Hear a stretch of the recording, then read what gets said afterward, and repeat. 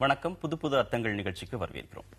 இன்றைய நிகழ்ச்சியில் பத்திரிகையாளர் திரு வெங்கடேஷ் அவர்களும் திமுகவை சேர்ந்த திரு மனுஷ்யபுத்திரன் அவர்களும் அரங்கத்திற்கு வந்திருக்கிறார்கள்.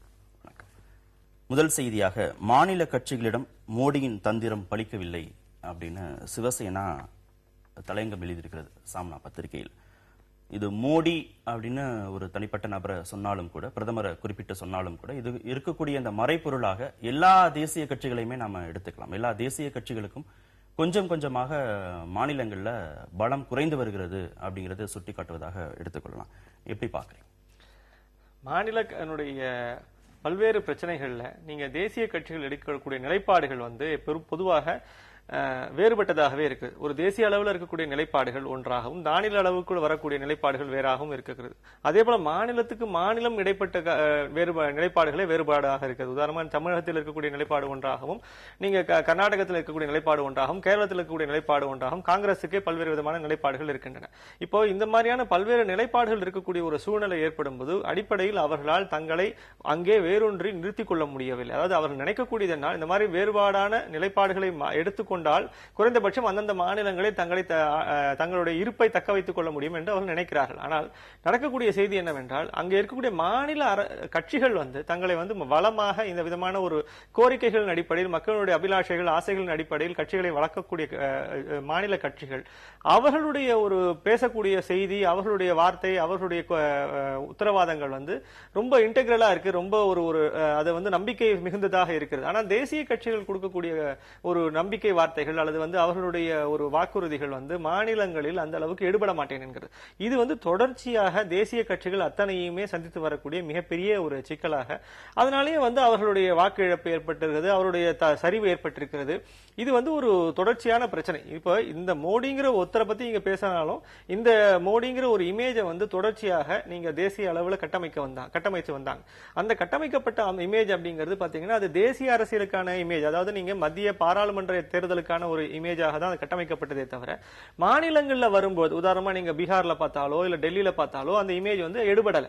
அப்போ அதனாலதான் இந்த 5 மாநில தேர்தலை கூட பாத்தீங்கன்னா அவங்க என்ன பண்ணாங்க, அந்த ஒரு மோடிங்கிற இமேஜ் எந்த மாநிலத்திலையும் கொண்டு அவர்கள் பொருத்தவில்லை. அப்ப அந்த மாநில அரசியல்ல, அந்த மாநில அரசியலுக்குள்ள இருக்கக்கூடிய அந்த மாநில பாஜகக்கள் நேரடியாக மோதட்டம்னு தான் அவர்கள் ஒதுங்கி இருக்கிறாங்க. அப்போ படிப்படியா நீங்க இது ரெண்டா பிரிச்சு புரிஞ்சுக்கணும். மாநிலத்துல ஒரு தேவை இருக்கும்போது அந்த மாநிலத்தினுடைய கட்சிகள், மாநிலத்தினுடைய தேசிய கட்சியாக இருந்தாலும் மாநிலத்தில் அதனுடைய நிலைப்பாடு என்பதை வேறாக வைத்துக் கொள்ள இவர்கள் முயன்று வருகிறார்கள். இதுவே அவர்களுக்கு எதிராகவும் மாறிக்கொண்டிருக்கிறது. நீங்க எப்படி பாக்குறீங்க மனுஷ்? இந்த தேசிய கட்சிகள் அப்படிங்கிற கருத்தாக்கமே பெருமளவு கடந்த ஒரு கால் நூற்றாண்டு காலத்துல செதஞ்சிருச்சு அப்படின்னு தான் நான் நினைக்கிறேன்.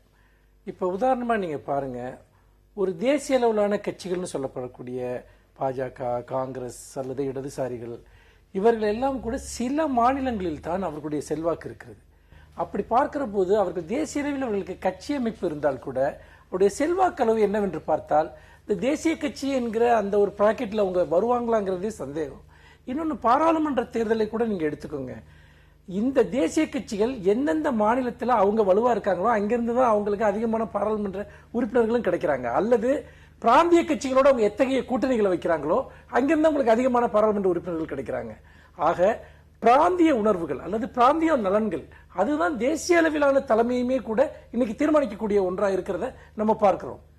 அப்படி பார்க்கிறப்போ ஏன் இந்த பிராந்திய உணர்வுகள் அல்லது பிராந்திய நலன்கள் தொடர்ந்து முன்னெடுக்கப்படுது அப்படின்னு பாத்தீங்கன்னா, இந்தியா அதன் இயல்பிலேயே பிராந்தியத்தன்மை கொண்டதுதான். பல்வேறு விதமான பிராந்திய கூறுகளான ஒரு கூட்டமைப்பு தான் இந்தியா.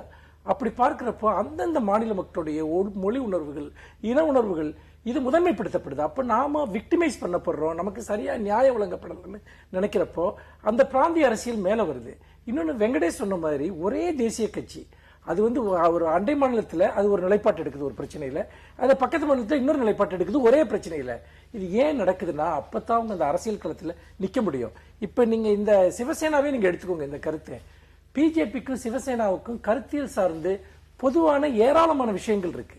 அது மதவாதமாக இருக்கலாம், பல விஷயங்கள்ல. ஆனா அது அடிப்படையில் 2 பேரும் நேர் எதிரும் புதிருமா ஏன் நிக்கிறாங்கன்னா, மத உணர்வுகளை விட பிராந்திய உணர்வுகள் வலுவானதாக இருக்கிறது. அங்கே அவர்கள் பிஜேபிக்கு எதிராக ஒரு அரசியலை அவர்கள் செய்துதான் ஆக வேண்டும் என்கிற நிலை அவர்களுக்கே இருக்கு. அதனால பிராந்திய உணர்வுகளை எந்த தேசிய கட்சி புறக்கணிக்குதோ அல்லது பிராந்திய நலன்களை எந்த கட்சி புறக்கணிக்குதோ அந்த கட்சிக்கு அந்த மாநிலத்தில் இடமே இருக்காது என்பதுதான் இந்தியா முழுக்க நம்ம பார்க்கக்கூடிய ஒரு நிலை.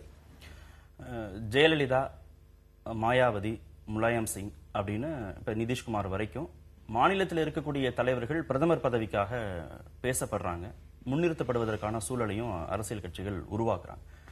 ஒரு மாநிலத்துக்குள்ள ஒரு தேசிய கட்சி சொல்லக்கூடிய மாநில பிரச்சனைகளை மக்கள் நம்ப மாட்டேங்கிறாங்க, மாநில கட்சிகளுக்கு தான் முக்கியத்துவம் கொடுக்கறாங்க, அவங்க தான் உண்மையா இருப்பாங்க, அவங்க தான் இதற்கான தீர்வை தேடுவாங்க, நம்புவாங்க அப்படின்னு சொன்னா இந்த விஷயம் எப்படி தொடர்ச்சியாக நடக்கிறது? இந்த தலைவர்கள் தேசிய அளவில் சிந்திப்பாங்க அப்படின்னு எப்படி முன்னிறுத்தப்படுறாங்க? ஒரு முரண்பாடா இல்லையா அது? இல்ல, இதுல என்ன முரண்பாடு இருக்கு. அதே சமயத்துல இன்னொரு ஒரு ஒரு வயா மீடியா என்ன இப்ப நீங்க தேசிய கட்சிகள் எடுத்துக்கொண்டிருக்கின்றன அப்படின்னு பாத்தீங்கன்னா, ஒரு மாநிலத்தில் இருக்கக்கூடிய ஏற்கனவே பெயர் பெற்ற அல்லது அவரோட புகழ்பெற்ற ஒரு தலைவரை தேசிய தலைவராக கொண்டு வந்து சேர்ப்பதில் என்பதும் அவருக்கு பின்னால் அணிதிரட்டுவது என்பதையும் ஒவ்வொரு கட்சியும் இப்ப செய்ய தொடங்க இருக்கு. உதாரணமா நீங்க காங்கிரஸ் வந்து இப்ப 2019 தேர்தலில் அவர்கள் வந்து நிதிஷ்குமாரை பிரதமர் வேட்பாளராக முன்னிறுத்தி மாநிலங்களில் அவர்களுடைய செயல்பாடு எப்படி இருக்கு அப்படின்னா, அந்தந்த மாநிலத்தில் பிராந்திய கட்சிகள் எதெல்லாம் வலுவாக இருக்கிறதோ அவர்களுடைய என்ன சொல்ல தோளில் ஏறிக்கொண்டு இவர்கள் சவாரி செய்து படிப்படியாக அவர்கள் தங்களுடைய உறுப்பினர்களை பாராளுமன்றத்திற்கு கொண்டு வந்து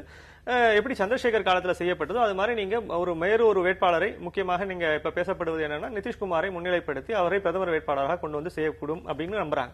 என்ன அந்த இடத்துல பிரதமராக நீங்க ஒரு மாநில தலைவரை கொண்டு வந்து நிறுத்தும் பொழுது இருக்கக்கூடிய ஒரு அட்வான்டேஜ் என்ன அப்படின்னு கேட்டீங்கன்னா, அவர் ஏற்கனவே 2 முறை முதல்வராக இருந்தவர். முதல்வராக அவருடைய செயல்பாடுகளை நீங்கள் பாருங்கள், அவர் எப்படிப்பட்ட ஒரு சாதனைகளை அந்த மாநிலத்தில் செய்திருக்கிறார், இதே போன்ற சாதனைகளை தேசிய அளவில் அவர் செய்வார் அப்படின்னு சொல்வதற்கான ஒரு வாய்ப்பு. இப்ப நீங்க இதே விஷயத்தை நீங்க ராகுல் காந்திக்கு நீங்க அதுதான் சொன்னாங்க. இப்ப நீங்க வந்து யூபியில நீங்க வந்து அவரை தேர்தலில் முதல்வர் வேட்பாளராக போட்டியிட வையுங்கள், அவர் வந்து யூபியில வந்து ஒரு எம்எல்ஏவா இருந்து முதல்வர் வேட்பாளராக இருந்து அவர் வெற்றி பெற்று வரும்பொழுது அவருக்கு கிடைக்கக்கூடிய அந்த ஒரு இமேஜ் அப்படிங்கிறதும் அவருடைய இன்டெகிரிட்டி அப்படிங்கிறதும் ஒரு மிகப்பெரிய அளவில் வளரும். அதனால் அவரை நீங்க பின்னாடி தேசியத்துக்கு கொண்டு போக முடியும் அப்படின்னு பேசப்பட்டது. ஆனா வந்து அவர் உடனடியாக காங்கிரஸ் கட்சியிலிருந்து அதற்கான ஒரு மறுப்பும் விமர்சனங்களும் வந்துவிட்டார். அது வேற விஷயம். ஆனா இவர்களுடைய அடிப்படை நோக்கம் என்னவென்றால், இந்த மாதிரி மாநிலங்களில் இப்ப நீங்க வந்து ஒரு மிக பெரும் அளவு ஒரு பெயரோடும் புகழோடும் அவர்கள் தங்களுடைய அதிகாரத்தில் செய்த சாதனைகளை வைத்து நீங்கள் தேசிய அளவில் நீங்கள் வாக்கு கேட்கும் பொழுது ஒரு தேசிய அளவில் அவர்களுக்கான ஒரு ஈர்ப்பு ஒன்று இருக்கும், வரவேற்பு ஒன்று இருக்கும் என்ற ஒரு நம்பிக்கையின் அடிப்படையில் இப்படி செய்யப்படுகிறது. எப்படி மாநிலத்தில் இருக்கக்கூடிய தலைவர்களுக்கு தேசிய பார்வை எளிதா வந்துரும் அப்படின்னு நம்புறதும், தேசியத்தில் இருக்கக்கூடிய ஒரு கட்சிக்கு, தேசிய அளவில் சிந்திக்கக்கூடிய ஒரு கட்சிக்கு மாநில பிரச்சனைகளை கூடுதல் கவனமே இருக்காது, இரு மாநில பிரச்சனைகளை வேறு வேறு விதமான நிலைப்பாடுகள் எடுக்கிறாங்க அப்படிங்கறதை எப்படி புரிஞ்சுக்கிறது? இப்போ நீங்க நரேந்திர மோடி அவர்களை எடுத்துக்கொள்ளுங்கள். அவர் இங்கு பிரதமர் வேட்பாளராக முன்னிறுத்தப்படுகிற வரைக்கும் தேசிய அரசியலுக்கும் அவருக்கும் எந்த சம்பந்தம் கிடையாது. அவர் முழுக்க முழுக்க ஒரு மாநிலத்தினுடைய முதலமைச்சராக ஒரு குஜராத் என்கிற ஒரு எல்லைக்குள் செயல்பட்டுக் கொண்டிருந்த ஒருவர் திடீரென அவர் எப்படி ஒரு தேசிய தலைவராக பரிணமிக்க வைக்கப்படுகிறார்? அதற்கு பின்னால் இருக்கக்கூடிய அரசியல் என்ன? அது வெறுமனே கட்சி சார்ந்த விஷயம் மட்டும்தானா? எவ்வளவு பெரிய ஒரு பூஸ்ட் அவருக்கு கொடுக்கப்பட்டது? பல சமயங்கள் தலைவர்கள் உருவாகிறார்கள், சில சமயம் உருவாக்கப்படுகிறார்கள். அப்படி உருவாக்கப்பட்ட ஒருவர் தான் தேசிய அளவில் மோடி அவர்கள். அப்படி பார்க்கிற போது ஒரு தலைவரா இல்லையா என்பதை அந்த காலகட்டத்தில் இருக்கக்கூடிய அரசியல் களம், அரசியல் சூழல் தான் தீர்மானிக்கிறது. ஒரு காலகட்டத்தில் விபி சிங் முதல்வராகிறார், அல்லது தேவகவுடா பிரதமராகிறார், தேவகவுடா பிரதமராகிறார். இப்படி பலரும் பல இடங்களிலிருந்து பிரதமராக வருகிறார்கள். இது எப்படி நடக்கிறது? அப்படி பார்க்கிற போது இந்த பார்வை என்பது உண்மையில் தனிநபர்கள் சார்ந்ததல்ல. இப்பொழுது மத்தியில் ஒரு கூட்டாட்சி அமைகிறது, பல மாநிலங்களைச் சேர்ந்த கட்சிகள் சேர்ந்த ஆட்சி அமைக்கின்றன. அவர்கள் தங்களுக்குள் ஒரு முதல்வரை தேர்ந்தெடுக்கிறார்கள் என்றால் இந்த பல மாநில கட்சிகளும் சேர்ந்துதான் அந்த கொள்கைகளை தீர்மானிக்கின்றன. ஒரு தனிநபர் தீர்மானிப்பதில்லை. தனிநபருடைய விஷன் என்பது ஒரு கற்பிதம், அதற்கு ஒரு சின்ன ரோல் இருக்க முடியும். ஆனால் ஒரு கூட்டாட்சி அமைகிற போது, பல மாநிலங்கள் சேர்ந்து இணைந்து செய்கிற போது அவர்களுக்கான பொது கொள்கை, பொது செயல்பாடு, பொது திட்டம் இருந்துதான் தீர வேண்டும். அப்படி இருக்கிற போது நாம் தேசிய அளவில் வருகிறவர்களுக்கு தான் தேசிய பார்வை இருக்கும், பிராந்திய ரீதியிலிருந்து வருகிறவர்களுக்கு அது இருக்காது என்பது நடைமுறையில் அப்படி நடப்பது இல்லை. மாறாக அதிகாரம் எந்த வழியில் உருவாக்கப்படுகிறது, யாரெல்லாம் சேர்ந்து அதிகாரத்தை உருவாக்குகிறார்களோ அவர்கள்தான் அந்த பார்வைகளை உருவாக்குகிறார்கள். ஆகவே இதில் ஒரு பெரிய சிக்கல் எதுவும் இருப்பதாக நான் நினைக்கவில்லை. மாநில அளவில் வெவ்வேறு மாநிலங்களுக்கு இடையே வெவ்வேறு விதமான பிரச்சனைகளை தேசிய கட்சிகள் கையாளுறதுனாலதான், டிஃபரெண்டா கையாளுறதுனாலதான் அந்த கட்சிகளால செல்வாக்கு பெற முடியல மாநில அளவில் அப்படிங்கிற கருத்தை நீங்க வந்து பதிவு பண்ணீங்க. எந்த ஒரு பிரச்சனையாக இருந்தாலும், கட்சி ரீதியாக இருந்தாலும், அரசியல் ரீதியாக இருந்தாலும் முடிவெடுக்கக்கூடியது அப்படிங்கிறது தேசிய தலைமையாக தான் இருக்கிறாங்க. அப்ப அவங்க கிட்ட இருக்கக்கூடிய அந்த நிர்வாக திறன்ல ஏதாவது பிரச்சனையா, வெவ்வேறு மாநிலங்களுக்கு இடையே அந்த பிரச்சனைகள் வருகிற போது முடிவெடுக்கக்கூடியதுல சிக்கல் அப்படிங்கறதுனால ஒரு வலிமையான தலைவர் தேசிய அளவில் அந்த கட்சிகளுக்கு இல்ல அப்படிங்கறதுனாலதான் இந்த குறைபாடுகளை அவங்க தொடர்ச்சியாக சந்திக்கிறாங்களா? நீங்க இதை நீங்க கம்ப்ளீட்டா வேற ஒரு முனையில நீங்க ஆரம்பிச்சு பாத்தீங்கன்னா இது ரொம்ப எளிமையா புரிஞ்சுக்கலாம். அதாவது தேசிய கட்சிகளாக இருந்தாலும் சரி, பிராந்திய கட்சிகளாக இருந்தாலும் உட்கட்சி ஜனநாயகம் அப்படிங்கிறது நீங்க ரொம்ப வலுவாக இருக்கக்கூடிய ஒரு சூழ்நிலையில இப்ப நீங்க கீழ்மட்டத்திலிருந்தே தலைவர்கள் உருவாகி கீழ்மட்டத்திலிருந்தே அதிகாரமும் அதனுடைய டெசிஷன் மேக்கிங்கும் நீங்க உருவாகி வரும்போது இப்ப தமிழ் மாநிலத்தில் இருக்கக்கூடிய காங்கிரஸோ இல்ல பாஜகவோ அவர்கள் இந்த மாநிலத்துடைய பல்வேறு பிரச்சனைகளுக்கு அவர்களுடைய ஒரு உட்கட்சி ஜனநாயக அடிப்படையில் வந்த ஒரு தலைவர், அவர்களுடைய வலிமையான ஒரு அந்த கீழ்மட்டத்திலிருந்து இருக்கக்கூடிய பிரச்சனைகளை புரிந்து கொண்ட ஒருவர், அவர் ஒவ்வொரு விதமா டெசிஷன் எடுத்து அந்த மாநிலத்தினுடைய டெசிஷன் மேக்கிங் அப்படிங்கிறது அந்த மாநிலத்தினுடைய தலைவர் கிட்ட இருந்து அவர் அதை எடுத்து பேசும்போது கிடைக்கக்கூடிய வலு, ஏன்னா அது ஒரு மிகப்பெரிய வலுவாக இருக்கும். அதே நீங்க என்ன ஆகும்னா இப்ப தேசியத்திலிருந்து மேலையிலிருந்து ஒருத்தரை இங்க நியமிக்கிறாங்க, இல்ல இங்க அவரை நீங்க தலைவரா போடுறாங்க அப்படின்னும் போது அவர் எடுக்கக்கூடிய முடிவு என்னன்னா பெரும்பாலும் தேசியத்துல ஒட்டி தேசிய தலைவர்களை ஒட்டி அவருடைய வலுவை ஒட்டி நாம அவருடைய எண்ணத்தை பிரதிபலிக்கிற மாதிரி இங்க எடுக்கக்கூடிய முடிவு. இப்ப இந்த ஹோல் பிரச்சனை எங்க இருந்து வருதுன்னா, நீங்க மாநிலத்தில் இருக்கக்கூடிய தேசிய கட்சிகள் தங்களுடைய கீழ்மட்டத்தில் இருக்கக்கூடிய உட்கட்சி ஜனநாயகத்தை வலுவாக வைத்துக் கொள்ளவே இல்லை. இப்ப பெரிய சிக்கல் என்ன, அந்த உட்கட்சி ஜனநாயகத்தில் கீழ்மட்டத்திலிருந்து வலுவாக வைத்துக் கொண்டிருந்தால் மாநிலத்தில் எடுக்கக்கூடிய முடிவுகளுக்கு நீங்கள் தான் பொறுப்பு, நாங்கள் தேசிய பார்வையோடு தேசிய அளவில் என்ன காரியங்களை செய்ய வேண்டுமோ அதை மட்டும் செய்து கொண்டிருப்போம், மாநிலத்தில் அவரவர்கள் அந்த மாநிலத்தினுடைய நலனுக்கு ஏற்ப என்ன முடிவுகள் எடுக்க வேண்டுமோ எடுங்கள். ஒன்று. இரண்டாவது, தேசிய பிரச்சனைகள் என்று வரும்போது இல்ல அண்டை மாநிலத்தோடு சேர்ந்து வரக்கூடிய பிரச்சனைகள் என்று வரும்போது நீங்கள் தேசிய அளவில் அதற்கான ஒரு ஒப்புதலையோ அல்லது ஒரு நிராகரிப்பையோ அல்லது எந்த விதமான உரையாடலையோ நீங்க தொடங்குவதற்கான ஒரு வாய்ப்பு உண்டு. அந்த அளவுக்கு நீங்க தன்னிச்சையா முடிவு எடுத்துருங்க, செயல்படுத்திருங்கன்னு வலிமையா வளர விடுவதற்கு தேசிய தலைமைகள் முதல்ல தயாரா இல்லை. அதுதான் இப்ப இருக்க மொத்த சிக்கலுக்குமான பிரச்சனையே. நீங்கள் தேசிய தலைமை என்ன சொல்கிறதோ அதை தான் மாநில தலைமை கேட்க வேண்டும் என்ற ஒரு எதிர்பார்ப்பு இருக்கிறது. இந்த சிக்கலில் இருந்து தான் தேசிய கட்சிகள் மக்களிடமிருந்து அந்நியப்பட்டு போகின்றன. இதுதான் மிகப்பெரிய சிக்கல். அப்போ மாநிலத்திற்குள் அந்த எளிமையான அடிப்படையான சுதந்திரத்தை நீங்கள் மக்களுக்கு அந்த கட்சிக்காரர்களுக்கும் கட்சி தலைமை வழங்கிவிட்டால் இந்த பிரச்சனைகள் அத்தனையுமே முழுமையாக தீர்ந்துவிடும். ஆனா இந்த குற்றச்சாட்டு தேசிய கட்சிகளுக்கு மட்டும் நம்ம இறுதிப்படுத்த முடியுமா? மாநில கட்சிகளை இரண்டாம் கட்ட தலைவர்கள் வளர விடுறாங்கன்னு நம்ம எடுத்துக்க முடியும். மாநில கட்சிகள் பிராந்திய கட்சிகளுடைய பிரச்சனை தனி, அதை நாம் தனியாக அலசுவோம். ஆனால் தேசிய கட்சிகள் இந்த காரியத்தை மாநிலங்களுக்குள் செய்வதில்லை என்பதுதான் இப்ப நம்முடைய டிஸ்கஷன்ல அதுதான் இருக்கக்கூடிய பிரச்சனை. என்னன்னா அவர்கள் அதே போது, அதாவது இப்ப மாநில கட்சிகள் நீங்க சொல்ல மாதிரி அவர்களும் இதே மாதிரியான ஒரு உட்கட்சி ஜனநாயகத்தை வளர்த்து அவர்களும் அந்த டெசிஷன் மேக்கிங் வளர்த்து அனுமதித்தார்கள் என்றால் அவர்களுக்கும் மிகப்பெரிய அளவில் ஒரு முன்னேற்றம் இருக்கும். சரியான தலைவர்கள், புதிய தலைவர்கள், இளைய தலைவர்கள் எல்லாம் மேலே வரக்கூடிய வாய்ப்பு ஒன்று இருக்கிறது. இது இங்கே நடப்பதா, ஒவ்வொரு மாநிலத்திலும் அது நடக்கவில்லை என்பது நாம் உணர்ந்து கொண்டிருக்கிறோம். ஆனால் தேசிய தலைமைகளே இதை மாநிலங்களுக்குள் அனுமதிக்கவில்லை என்பதுதான் இன்னொரு பெரிய சிக்கல். தேசிய தலைமையில தங்களை மீறி மாநிலத்தில் இருக்கக்கூடிய தலைமைகள் வளர்ந்துடக்கூடாது, அந்த மாநிலம் சார்ந்த முடிவுகளை அவங்க தன்னிச்சையாக தம்மை கலந்து ஆலோசிக்காம எடுத்துடக்கூடாது, ஒரு மிகப்பெரிய சக்தியாக வந்துடக்கூடாதுன்னு ஆரம்ப காலகட்டத்திலிருந்து அந்த தேசிய தலைமை தொடர்ச்சியாக அதை வலியுறுத்திட்டே இருக்கு, விரும்புது. அதனாலதான் ஒரு வளமான ஒரு ஆரோக்கியமான மாநில தலைமைகள் எந்த தேசிய கட்சிக்கும் உருவாகிறது இல்லைங்கிறத எப்படி பாக்குறீங்க? ஒரு விதத்துல இவர்களுக்கு ஒரு தனிப்பட்ட அதிகாரம் உருவாகாமல் இருக்க வேண்டும் என்று தேசிய தலைமைகள் பார்த்துக் கொள்கின்றன என்பதை நாம் பார்க்க முடிகிறது. இன்னொன்று, சில மாநிலங்களில் அப்படி சுயேட்சையாக செயல்படக்கூடிய பிராந்திய தலைமைகள் தான் மாநிலத்தில் அதிகாரத்தையும் கைப்பற்றியிருக்கின்றன. நீங்கள் அது காங்கிரஸையும் எடுத்துக்கங்க, இல்லைன்னா பிஜேபி எடுத்துக்கங்க. அங்கெங்கே ஒரு வலுவான மாநில தலைமைகள் தேசிய கட்சியா இருந்தா கூட அவர்கள் எங்கு இருக்கிறார்களோ அங்குதான் அந்த கட்சிகளே அதிகாரத்திற்கு வர முடிகிறது. எந்த மாநிலங்களில் அப்படி அனுமதிக்கப்படுவதில்லையோ, வளர்ச்சிக்கு அனுமதிக்கப்படுவதில்லையோ, அங்க அந்த கட்சியே வளர்றது கிடையாது, தேசிய கட்சியாவே இருக்கிறது கிடையாது. இது ஒரு அடிப்படையான பிரச்சனை. ஆனா இப்படி அதிகாரம் சார்ந்து ஆளுமை சார்ந்து வளரக்கூடிய விஷயங்கள் ஒரு பக்கம் இருந்தால் கூட பல பிரச்சனைகளில் ஒரு தேசிய கட்சிக்கு தேசிய ரீதியாக என்ன நிலைப்பாடு இருக்கிறது என்றே தெரியவில்லை. உதாரணமாக நீங்கள் முல்லை பெரியார் விஷயத்தை எடுத்துக் கொள்ளுங்கள். அதில் கேரளாவில் இருக்கக்கூடிய இடதுசாரிகளுடைய நிலைப்பாடும் தமிழ்நாட்டில் இருக்கக்கூடிய இடதுசாரிகளுடைய நிலைப்பாடும் எந்த இடத்தில் பொருந்தி போகின்றன. இன்னொரு விஷயத்தை நீங்கள் பாருங்கள், நீங்கள் காவிரி பிரச்சனை, கர்நாடகாவில் இருக்கக்கூடிய இடதுசாரிகளுக்கும் இங்கே இருக்கக்கூடிய இடதுசாரிகளுக்கும், கர்நாடகாவில் இருக்கக்கூடிய காங்கிரசுக்கும் இங்கே இருக்கக்கூடிய காங்கிரசுக்கும் எவ்வளவு முரண்பாடுகள் இருக்கின்றன. ஆக பிராந்திய உணர்வுகளை பயன்படுத்திக் கொள்வது இல்ல, அந்த மாநில மக்களுடைய நலன் சார்ந்த அந்த கட்சிகள் சிந்திக்கிறாங்க அப்படின்னு எடுத்துக்கிறாங்க. தேர்தல் அரசியலுக்காக இவங்க இதை தொடர்ச்சியாக இப்படி செய்யறாங்க. ஒரு புறம் கட்சிக்கு இந்த உள்ளூர்ல இருக்கக்கூடிய தலைமையின் மீது ஒரு கட்டுப்பாடு இருக்கு. ஆனா கொள்கைகள் வர்றப்ப மட்டும் வந்து பாத்தீங்கன்னா அங்கங்க என்ன அரசியல் செல்லுபடியாகுமோ அந்த அரசியலை மட்டும் முன்னெடுக்கிறார்கள். இதே ஒரு அடிப்படையில் ஒரு முரண்பாடான ஒன்றுதான். அப்ப முழுமையான சுதந்திரத்தை பிராந்திய கட்சிகளுக்கு கொடுங்க, அதையும் அவர்கள் தரமாட்டார்கள். அதே சமயம் அரசியலுக்காக நீங்கள் மாநிலத்திற்கு மாநிலம் மாறுபட்ட நிலைப்பாடுகளையும் எடுக்கலாம் என்பது பல இடங்களில் தேசிய கட்சிகளை ஒரு நம்பகத்தன்மையற்றதாக மாற்றுகிறது.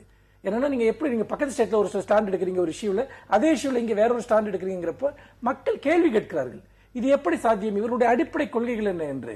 ஆக ஒன்று அதிகாரம் சார்ந்த ஒரு மேலாண்மை வைத்துக் கொள்வது, அதே சமயம் பிராந்திய அரசியலை தங்கள் நலன்களுக்கு ஏற்ப முரண்பட்டு பயன்படுத்துவது, இது இரண்டுமே இன்றைக்கு தேசிய கட்சிகளிடம் இருக்கு.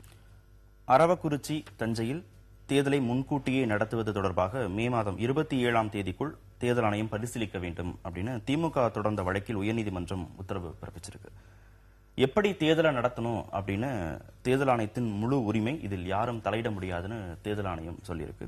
தேர்தல் ஆணையத்தின் அதிகாரத்தில் யாருமே தலையிட முடியாது என கூறுவதை ஏற்க முடியாது அப்படின்னு நீதிமன்றம் சொல்லியிருக்கு.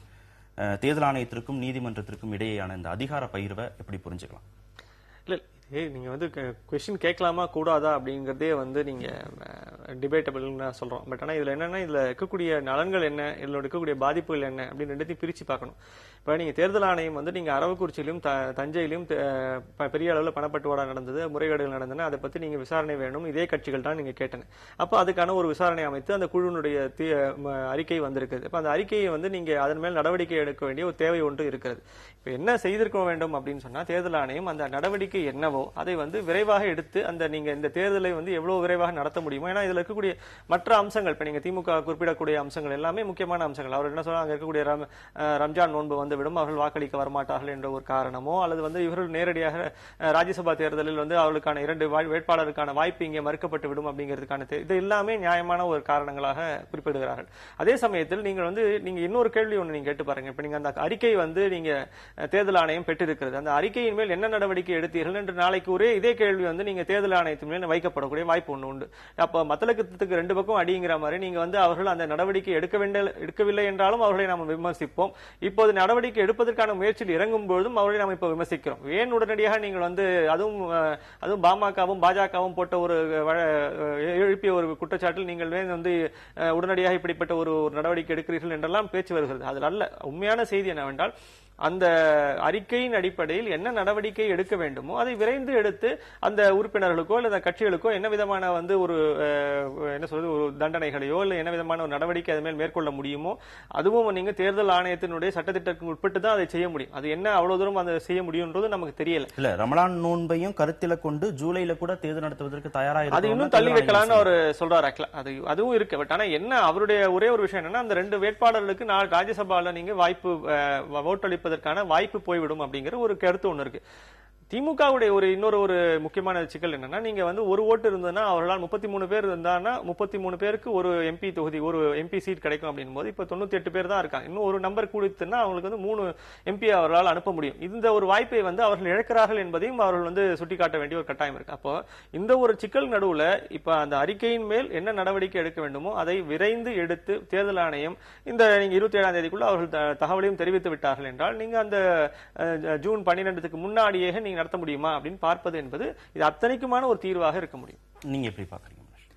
இல்ல, தேர்தல் ஆணையத்துடைய நடவடிக்கை முழுக்க பாரபட்சமானது என்றுதான் நான் நினைக்கிறேன். ஏன்னு கேட்டீங்கன்னா, இப்ப வந்து இந்த அறிக்கையின் மூலமா இவங்க என்ன நடவடிக்கை எடுக்க போறாங்க? ஒண்ணு, கொடுக்கப்பட்ட பணத்தை எல்லாம் மீட்க போறாங்களா, இல்ல வேட்பாளர்கள் மேல நடவடிக்கை எடுக்க போறாங்களா? இந்த 3 வார கால அவகாசத்தில் இவர்கள் செய்ய விரும்புவது என்ன? இன்னொன்னு, இந்த 2 தொகுதி மட்டும்தான் பிரச்சனைக்குரிய தொகுதியா தமிழ்நாட்டில் இருந்ததா? தேர்தல் ஆணையம் பணப்பட்டுவாடாவை தடுக்க முடியவில்லை என்று ஊடகங்கள் பக்கமாக எழுதின. அப்ப அந்த தொகுதிகள் எல்லாம் எந்த அடிப்படையில் தேர்தல் நடத்த இவர்கள் அனுமதித்தார்கள்? ஆக இந்த 2 தொகுதியை இவர்கள் தடுப்பதனுடைய நோக்கம் என்பது என்ன? சரி, ஒரு முறை தள்ளி வச்சீங்க, திரும்ப தேர்தல் நடத்துறதுல உங்களுக்கு என்ன சிக்கல் இருக்குன்னா, திமுகவினுடைய வாய்ப்புகளை பறிக்க வேண்டும் என்பதுதான் தேர்தல் ஆணையத்துடைய நோக்கமாக இருக்கிறது. இன்னொன்று, தேர்தல் ஆணையம் இந்த பணப்பட்டுவாடா சம்பந்தமாக எந்த விதமான ஒரு நடவடிக்கையையும் பெருமளவிற்கு தமிழ்நாடு முழுக்க மேற்கொள்ளவில்லை என்பதை கடைசி 3 நாட்களிலும் கண்கூடாக பார்த்தோம். அப்படி இருக்கிற போது தேர்தல் ஆணையம் முழுக்க தன்னுடைய அத்தனை கடமைகளையும் தவறிவிட்டு இப்பொழுது இந்த 2 தொகுதிகளை மட்டும் மையமாக வைத்து தாங்கள் ஏதோ நேர்மையாக நடந்து கொள்வது போன்றும் அல்லது திறமையாக நடந்து கொள்வது போன்றும் ஒரு போலி தோற்றத்தை உருவாக்குகிறார்கள். அப்படி பார்க்கிற போது 3 வாரம் தள்ளி வைக்கிறதன் மூலம் என்ன நடக்கும்? தமிழ்நாட்டில் இன்னைக்கு ஒரு இடைத்தேர்தல் போன்ற இந்த தேர்தல்கள் நடத்தி கொண்டிருக்கிறார்கள்.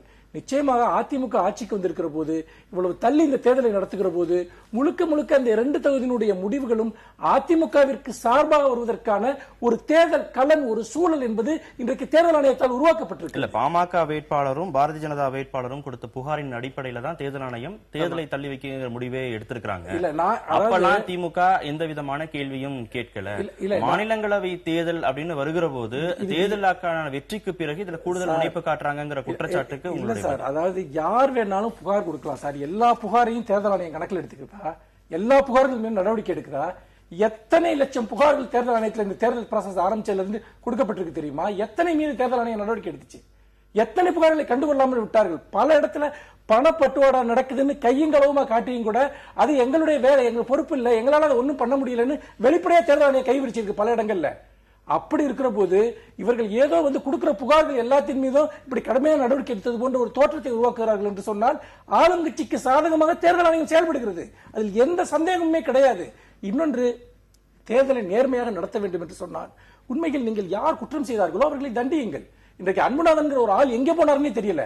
இவ்வளவு பெரிய பணத்தை கைப்பற்றினாங்க, அவங்களை அரெஸ்ட் பண்ண முடிஞ்சதா? அதுக்கான ஏதாவது நிர்பந்த தேர்தல் ஆணையத்தின் கையில தானே இவ்வளவு அதிகாரம் இத்தனை நாளா இருந்தது. என்ன பண்ணாங்க? அன்புநாதன் எங்க இருக்காரு? ஏன் எங்க போய் தலைவர் ஆனாரு? இன்னொன்று, எந்த விசாரணையும் அந்த விஷயத்தின் மீது மேற்கொள்ளப்படவில்லை. அப்படி இருக்கிற போது ஒன்றுமே, அதாவது எதில் நடவடிக்கை எடுக்க வேண்டுமோ அதை பற்றி எந்த நடவடிக்கையும் எடுக்காமல் சும்மா தேர்தலை தள்ளி வைக்கிறது மூலமா என்ன சாதிக்க விரும்புகிறது? அதைத்தான் நாங்கள் கேட்கிறோம். எந்த விதமான பலனும் இல்ல தேர்தலை தள்ளி வைக்கிறதுனால நம்ம முடிவுக்கு வந்துட முடியுமா? இல்ல, நிச்சயமா இதுல ஒரு பலன் இருக்கு. அந்த பலன் இப்ப இந்த அறிக்கையின் மேல் என்ன நடவடிக்கை எடுக்க போகிறார்கள் என்பதில் தான் அதுல தெரிய போகுது. அறிக்கையே நீங்க முதல்ல நம்ம அந்த மாதிரியான இப்ப யார் இதுல மனுதாரர் யார் நீங்க அது கோரி இருந்தாலும் நீங்க விசாரணை நடந்திருக்கிறது, அதற்கான ஒரு அறிக்கை வந்திருக்கிறது, அந்த அறிக்கை மேல் நடவடிக்கை எடுக்க வேண்டியது என்பது ஒரு நார்மலான வழக்கமான ஒரு ப்ராசஸ்.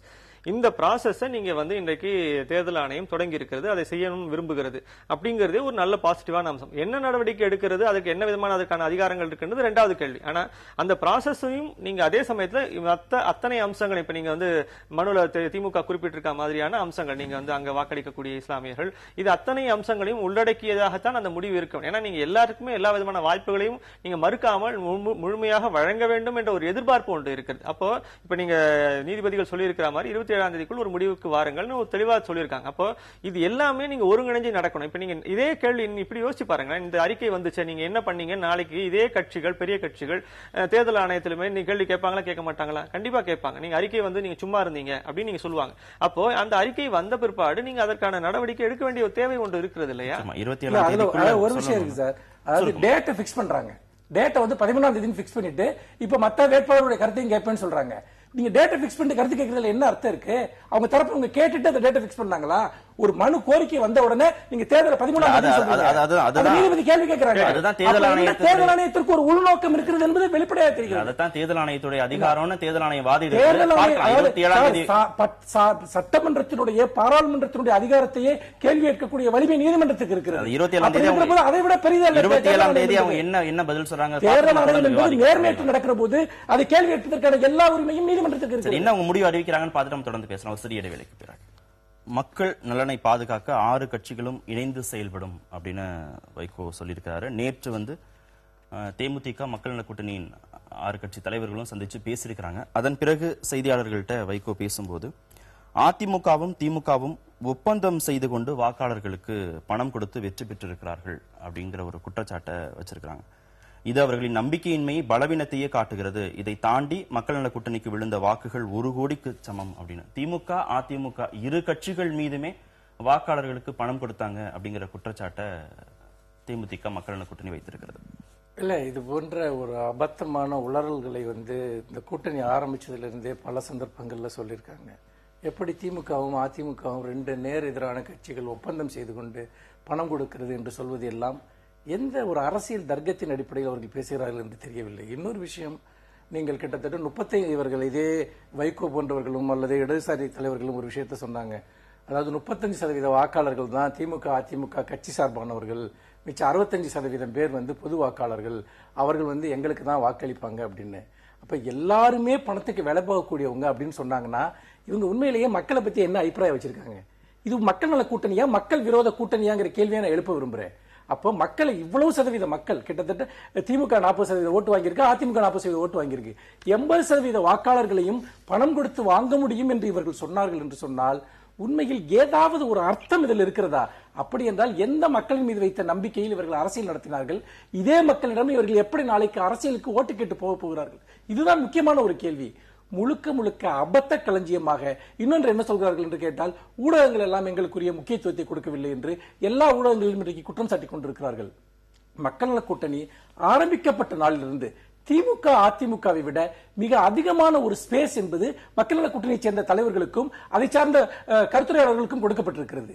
ஆனால் ஏன் அவர்களுடைய கருத்துக்கள் போய் சேரவில்லை என்று அவர்கள் சுய பரிசோதனை செய்வதற்கு பதிலாக, ஏன் மக்கள் தங்களை நம்பவில்லை என்று சுய பரிசோதனை செய்து கொள்வதற்கு பதிலாக எல்லாம் பணத்தால் விலைக்கு வாங்கப்பட்டு விட்டது என்று சொல்வது என்பது உண்மையில் வைகோ போன்றவர்கள் தாங்கள் எப்படி பணத்தால் வாங்கப்பட்டோமோ அதே போல மக்களும் வாங்கப்பட்டு விடுவார்கள் என்று நம்புகிறார்கள். அது உண்மை அல்ல. தன்னை வைத்து வைகோ போன்றவர்கள் மக்களை இடப்படக்கூடாது என்பதுதான் என்னுடைய கருத்து. 80% வாக்காளர்கள் திமுகவுக்கும் அதிமுகவுக்கும் ஓட்டு போட்டிருக்கிறாங்க. திமுக அதிமுக மீது அந்த கட்சிகள் மீது வைக்கக்கூடிய குற்றச்சாட்டு அப்படிங்கிறது இந்த 80% வாக்காளர்கள் மீது வைக்கக்கூடிய குற்றச்சாட்டாக நம்மளால பார்க்க முடியும். ரொம்ப தவறான ஒரு விமர்சனம் இது. ஆக்சுவலா நீங்க மக்களை இது நீங்க வாக்குக்கு பணம் கொடுக்கப்பட்டது என்பதை யாரும் மறுக்கவில்லை. இதுல உண்மையிலேயே அந்த பல மாவட்டங்கள் நடைபெற்றிருக்கிறது என்பது உண்மை.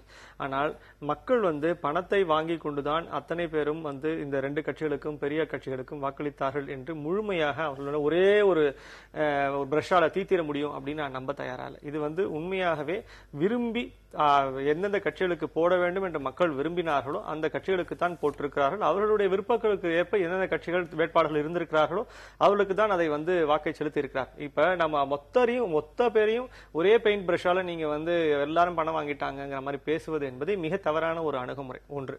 இன்னொரு ஒரு பெரிய சிக்கல், இந்த சமயத்தில் இந்த மக்கள் நல கூட்டணி பேசியிருக்கக்கூடிய வார்த்தைகள் வேறாக இருக்க வேண்டும். என்னன்னா, பொதுவாகவே நீங்க இந்த மாதிரியான மாற்று கருத்து அப்படிங்கிறதுக்கு ஒரு குறைந்த ஒலி, அது ஒரு வலுவற்ற ஒலி தான், எப்பவுமே வலுவற்ற குரல் தான், அதுல சந்தேகமே கிடையாது. அந்த வலுவற்ற குரல் அப்படிங்கிறதுக்கு எப்பவுமே ஒரு நியாயம் இருக்கு. அந்த வலுவற்ற குரலுக்கு இருக்கக்கூடிய நியாயத்துக்கு நீங்க அந்த நியாயத்தின் அடிப்படையில் தான் அந்த வலுவற்ற குரல் தொடர்ச்சியாக இருந்து கொண்டிருக்கிறது.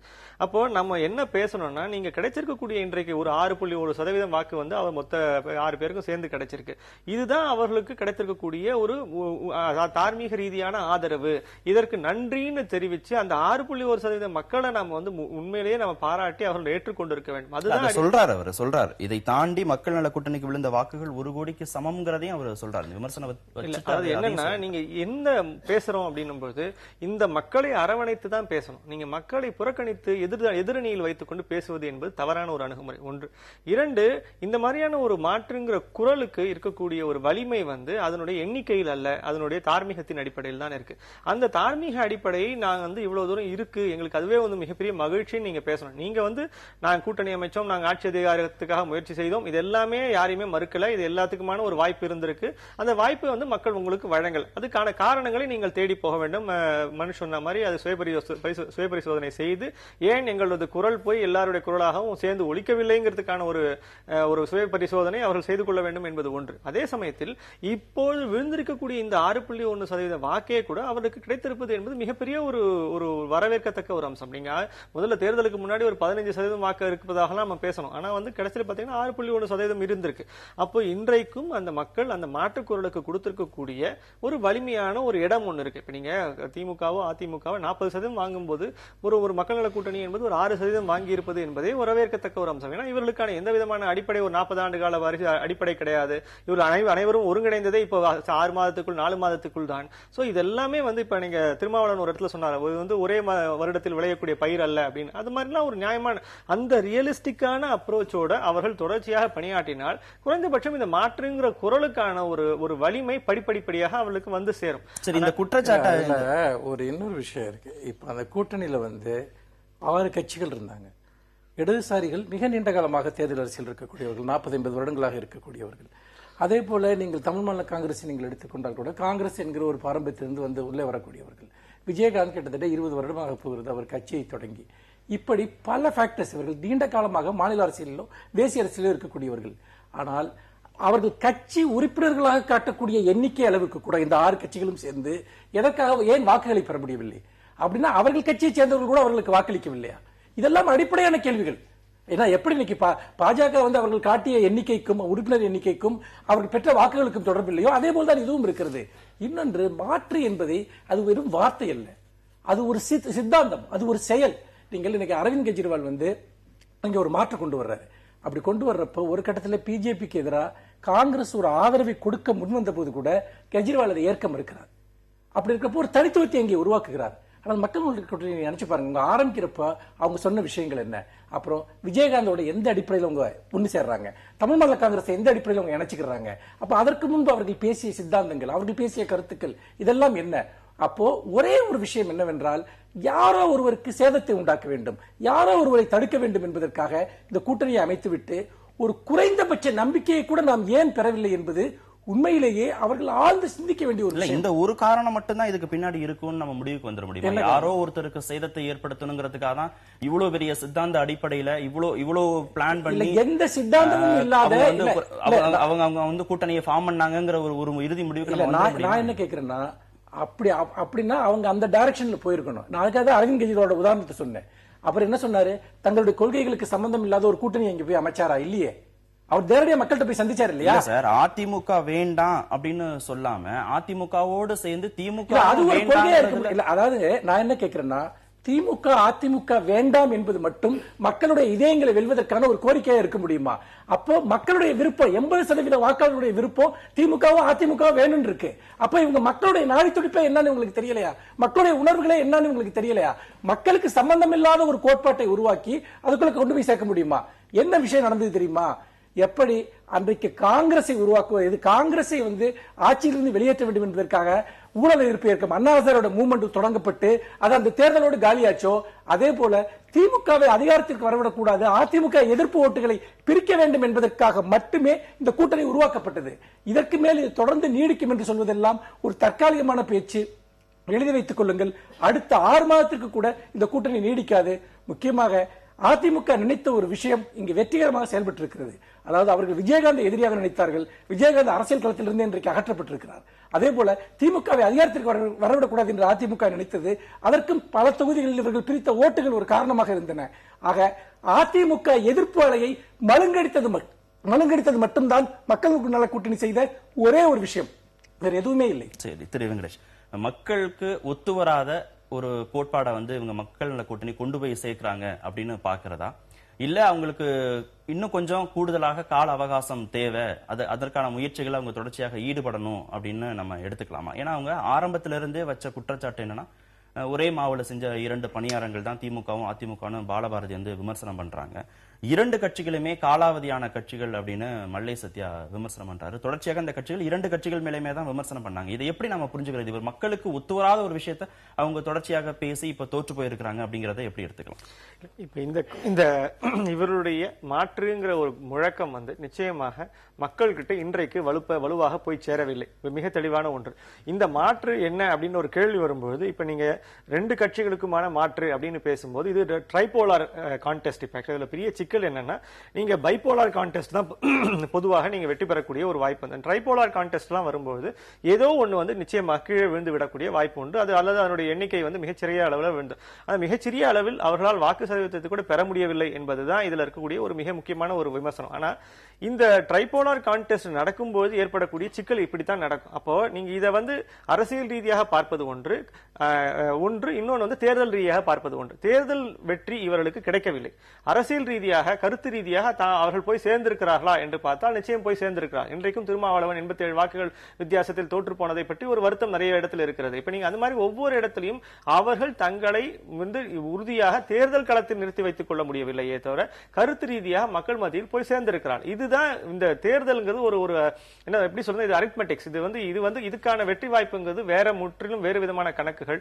அந்த கருத்து ரீதியா போய் சேர்வது என்பது முற்றிலும் வேறு விதமான ஒரு செயல்பாடு. அப்போ இது ரெண்டுத்தையும் நம்ம வந்து சேர்த்து சேர்த்து பார்க்க வேண்டிய ஒரு தேவை தேர்தல் நேரத்துல வருது. அப்போ தேர்தல் வெற்றி தோல்வியை மட்டும் நாம் வைத்துக்கொண்டு பேசும்போது இதுல என்ன சிக்கல் ஏற்பட்டு விட்டது என்றால், நீங்க வந்து மக்கள் நல கூட்டணியும் தேர்தல் வெற்றி வாய்ப்பை மட்டுமே முன்னிலைப்படுத்தி பேசி அவர்கள் கருத்துருவாக்கத்தில் செலுத்த வேண்டிய கவனத்தை குறைத்து விட்டார்கள்.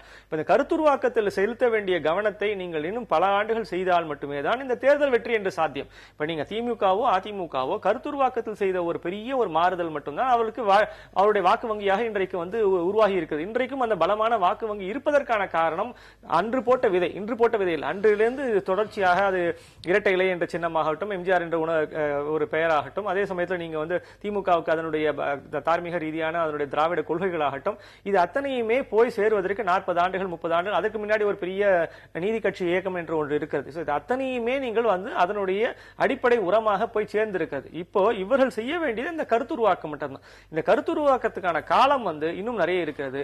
இதை உடனே அதற்குள் தேர்தல் அரசியல் வந்துவிட்டு, தேர்தல் ரீதியான பேச்சுகள் வந்துவிட்டன, தேர்தல் ரீதியான கூட்டணிகள் வந்துவிட்டன. அவர்கள் அதை முன்னிலைப்படுத்த பேச ஆரம்பிக்கும் போது நாம் அவரை விமர்சிக்க வேண்டிய ஒரு கட்டாயத்துக்கு தள்ளப்படுவோம். ஆனால் கருத்துருவாக்கம் என்ற அடிப்படையில் அதற்கான காலகட்டம் இன்னும் இருக்கிறதாகவே நான் நினைக்கிறேன். இல்ல, இப்ப வெங்கடேஷ் சொன்னதோட அந்த கருத்தின் அடிப்படையிலே வருவோம். தமிழ் மாநில காங்கிரஸ், அதே போல இடதுசாரிகள் அல்லது விடுதலை சிறுத்தைகள், இவர்களுக்கெல்லாம் பொதுவான கருத்தியல் தளம் என்பது என்ன? எந்த அடிப்படையில் அவர்கள் இதை ஒருங்கிணைக்கிறார்கள்? திமுக அதிமுக திராவிட கட்சிகளை எதிர்ப்போம் என்பது மட்டும் ஒரு பொதுவான கருத்தியல் தளமாக இருக்க முடியுமா? என்ன அடிப்படையில்? அதாவது இன்னைக்கு விஜயகாந்த் இருக்கிறார், இவங்க வந்து என்ன சொல்றாங்க, பன்னாட்டு நாங்க முதலாளித்துவத்தை எதிர்க்கிறோம் அல்லது தாராளமயமாக்கலை எதிர்க்கிறோம் அப்படின்னு இடதுசாரிகள் சொல்றாங்க. அதுக்காக திமுகவும் அதிமுகவும் தாராளமயமாக்கல் இது வரவேற்குது, நாங்க அதுக்கு எதிராக ஒரு கூட்டணி அமைக்கிறோம்னு. இதை பற்றி விஜயகாந்திற்கு என்ன நிலைப்பாடு இருக்கிறது? வாசனுக்கு என்ன நிலைப்பாடு இருக்கிறது? கருத்துருவாக்கம் என்பதை எந்த அடிப்படையில் செய்ய போகிறார்கள்? அதாவது ஆளாளுக்கு ஒரு கொள்கையை பேசுகிறார்கள், ஆளாளுக்கு ஒரு வழிமுறையை சொல்கிறார்கள். ஆனால் பொதுவாக எங்களுக்கு அதிகாரம் வேண்டும் என்று மட்டும் கேட்கிறார்கள். அப்படி இருக்கும் போது மாற்று என்பதற்கு ஒரு கோட்பாடு வேண்டாமா? நான் திரும்பவும் அரவிந்த் கெஜ்ரிவால் உதாரணத்துக்கே வருகிறேன். அவர் ஊழல் எதிர்ப்பை மட்டும் மையமாக வைக்கவில்லை, பல்வேறு விதமான மாநிலத்துடைய பிரச்சனைகளை மையமாக வைத்து ஒரு அரசியலை கட்டமைக்கிறார். எப்படி ஒரு அரசியலை இவர்கள் இங்கே கட்டமைத்தார்களா? ஒன்றுக்கொன்று சம்பந்தமே இல்லாத கட்சிகள், ஒன்றுக்கொன்று சம்பந்தமே இல்லாத தலைவர்கள், எந்த ஒருங்கிணைப்பும் கிடையாது. அதோடு மட்டுமல்ல, இந்த தேர்தல் களம் முழுக்க திமுகவை எதிர்கொள்வது அல்லது திமுகவை தாக்குவது என்பதை ஒரு பெரும் அஜெண்டாவாக வைத்துக் கொண்டு இவர்கள் செயல்பட்டார்கள். அதுலதான் ஒரு கேள்வி. இப்ப நீங்க வந்து அதிமுக பணம் கொடுத்துச்சு அப்படின்னு சொல்றதோட சேர்த்து திமுகவும் பணம் கொடுத்துச்சு அப்படின்னு சொல்ற குற்றச்சாட்டை வந்து நீங்க வந்து மறுக்கிறீங்க. எந்த அடிப்படையில் அவர்கள் இந்த குற்றச்சாட்டை முன்வைக்கிறாங்கிறத நீங்க தொடர்ச்சியாக கேள்வி கேட்கறீங்க. நீங்க கடந்த காலங்கள்ல திருமங்கலம் இடைத்தேர்தல் தொடங்கி எல்லா இதுலயுமே ஆளுங்கட்சியாக திமுக இருக்கிற போது இடைத்தேர்தல்கள்ல திமுக வந்து பணம் கொடுக்கறங்கிற குற்றச்சாட்டு முன்வைக்கப்படுது. அதே குற்றச்சாட்டு அதிமுக மீதும் முன்வைக்கப்படுது. எப்படி இந்த புகார்ல இருந்து திமுகவை தள்ளி வச்சுட்டு பேசணும் அப்படின்னு நீங்க எப்படி வலியுறுத்துறீங்க? இந்த குற்றச்சாட்டு கடந்த காலங்கள்ல இல்ல அப்படின்னு நீங்க எப்படி சொல்ல முடியும்? இந்த விவாதத்துல தேர்தலுக்கு பணம் கொடுப்பது தொடர்பான இந்த விவாதமாக இது இருக்கிற பட்சத்தில் யார் யார் பணம் கொடுத்தார்களோ அவர்கள் மீது நடவடிக்கை எடுப்பதற்கு தேர்தல் ஆணையம் இருக்கிறது. எந்த காலகட்டத்திலாவது அப்படிப்பட்ட ஒரு நடவடிக்கையை தேர்தல் ஆணையம் எடுத்திருக்கிறதா? பிரச்சனை என்பது ஒரு மாநிலத்தினுடைய பிரச்சனைகள் தொடர்பானது. 2 கட்சிகள் மீது குற்றச்சாட்டு வைக்கிறாங்க. திராவிட கட்சிகள் எதுவுமே இந்த மாநிலத்துக்கு செய்யலையா? இந்த மாநிலத்தோட வளர்ச்சிக்காகவோ நல்வாழ்வு திட்டங்களுக்காகவோ எதுவுமே செய்யலையா? இங்க கரப்ஷன் மட்டும்தான் தமிழ்நாட்டில் இருந்ததா? அப்போ இதை மட்டும் மையமாக வைத்து இந்த 50-60 ஆண்டு காலத்தில் திராவிட கட்சிகள் தமிழகத்திற்கு செய்த அத்தனை வளர்ச்சி திட்டங்களையும் நல்வாழ்வு திட்டங்களையும் மறுத்துவிட்டு ஒரு அரசியலை இவர்கள் முன்வைக்கிறோம் என்று சொன்னால் அதை நம்புவதற்கு யார் இருக்கிறார்கள்? நம்ம இறுதி பகுதியில் இருக்கோம். 2 விஷயங்கள் இவர் மனுஷ் குறிப்பிட்டது வந்து எந்த ஒரு ஒருமித்த கோட்பாட்டின் அடிப்படையில் இந்த கூட்டணி கட்டமைக்கப்பட்டது அப்படிங்கிற கேள்வியை கேட்டிருக்கிறாரு. திமுக மீதான குற்றச்சாட்டுகள், கடந்த கால குற்றச்சாட்டுகளை முற்றிலுமா நிராகரித்து விட்டு இப்போது பேச முடியுமா அப்படி கேள்வியை நான் வச்சேன். 2க்குமாக சுருக்கமாக நீங்க வந்து தமிழ்நாட்டுக்குடைய இவருடைய அடிப்படை கோட்பாடாக இருந்தது என்னவென்னா, நீங்க 2 கட்சிகளும் வேண்டாம் என்ற கோட்பாட்டிலிருந்து தான் இவர்கள் தொடங்கினார்கள். அது செயல்படவில்லை என்பதுதான் இன்றைக்கு கிடைச்சிருக்கும் நேரடி நிரூபணம். இப்ப என்னன்னா, இவர்கள் அதுக்கு அப்பாற்பட்டு இன்னும் ஆழமான கருத்துருவாக்கத்தை செய்ய வேண்டும். இந்த வெறும் 2 கட்சிகளும் வேண்டாம் என்ற ஒரே ஒரு புள்ளியிலிருந்து தொடங்கியது வந்து சரியான புள்ளி அல்ல என்பது இன்றைக்கு நிரூபணமாக இருக்கிறது. ஒன்று. இரண்டாவது, நீங்கள் அவருக்கு அப்பாற்பட்டு 2வது செய்தி என்ன சொன்னது, நீங்க திமுக மீதான குற்றச்சாட்டை வந்து வைக்காதீங்க அப்படின்னு மனு சொல்றாரு. திமுகவை இந்த பிரச்சனையிலிருந்து, இந்த குற்றச்சாட்டுல இருந்து தள்ளி வச்சுட்டு நம்மளால பேச முடியல. நீங்க வந்து தமிழக அரசியலில் இந்த பணப்பட்டுவாடா என்பது பொதுவாக எல்லாருமே செய்திருக்கிறார்கள். இன்றைக்கு இருக்கக்கூடிய தேர்தல் ஆணையம் அதற்கான நடவடிக்கைகளை மேற்கொள்ளவில்லை என்பது மட்டும்தான் நிதர்சனமான உண்மை. நிகழ்ச்சியில் பங்கேற்றதற்கு மிக்க நன்றி. நேரிலே மற்றொரு நிகழ்ச்சியில் சந்திக்கலாம். நன்றி, வணக்கம்.